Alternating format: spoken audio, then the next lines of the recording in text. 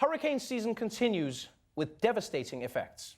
Breaking news from overnights. Now the most powerful hurricane ever recorded in the Atlantic and now on a collision course with Florida. Hurricane Irma is leaving a path of destruction in the Caribbean. Smashing into St. Martin, St. Bart's, Anguilla, Guadalupe, and Barbuda. And she is still churning at this hour.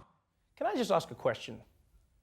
How many once-in-a-lifetime events is it going to take in our lifetime for everyone to admit that maybe man-made climate change is real? Like, you do realize Hurricane Irma is the most powerful Atlantic storm ever recorded. And that is exactly the sort of thing that climate science predicts, right? In this part of the world, warmer oceans will lead to stronger hurricanes. Like, I'm so confused at times. I go like, what is it going to take to get climate deniers to acknowledge this? You know, like maybe we need ISIS to help us out. Maybe this is where we go like, hey, ISIS, I know we don't agree on stuff. Can you help us out here? Like, maybe ISIS should start taking credit for hurricanes. They should. ISIS should just be like, every time a hurricane hits, ISIS should be like, that was us. We sent that storm. We sent that storm to destroy America. And then Republicans will be like, that's ridiculous. You guys can't cause hurricanes. And they'll be like, well, then who causes the hurricanes? They'll be like, they're caused by climate. Oh, man, climate Chicago. Nicely played. Damn it. Nicely played. Nicely played.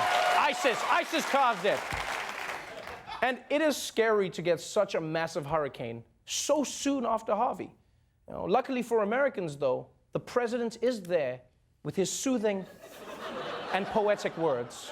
There's a new and seems to be record-breaking hurricane heading right toward Florida and Puerto Rico and other places. We'll see what happens. We'll know in a very short period of time, but it looks like it could be something that will be not good. Believe me, not good. Got it. Not good. Okay. I hope Donald Trump does the eulogy at my funeral. Trevor was a man.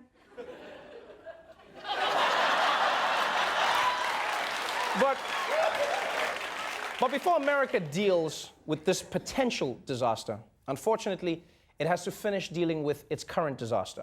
All right? And no, I'm not talking about that. No. Who would even know? The new song is much better. I'm talking about Hurricane Harvey.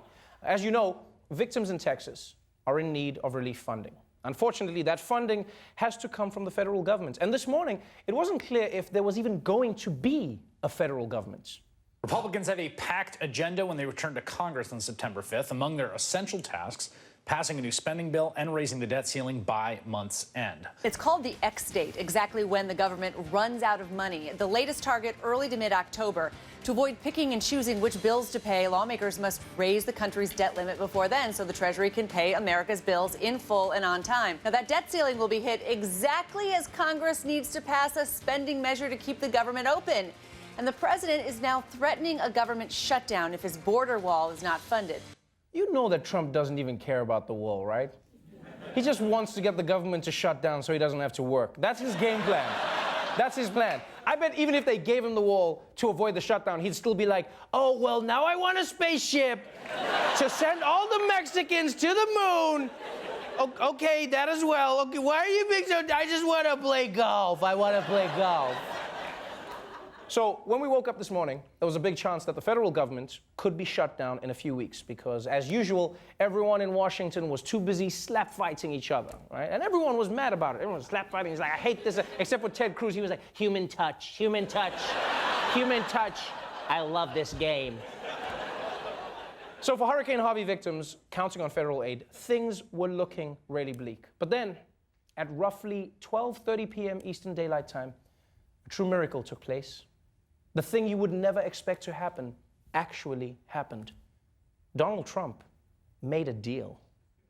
Fox News alert for you. Aboard Air Force One, President Trump just announcing that he has reached a bipartisan deal on raising the debt ceiling and funding for victims of Hurricane Harvey. We had a great meeting with Chuck Schumer, Nancy Pelosi, and the whole Republican leadership group, and we walked out and everybody was happy. It was a really good moment of some bipartisanship and getting things done, no one standing in their corner. We thought for the good of the country we should make the right offer, and we did, and we're very glad the president accepted it.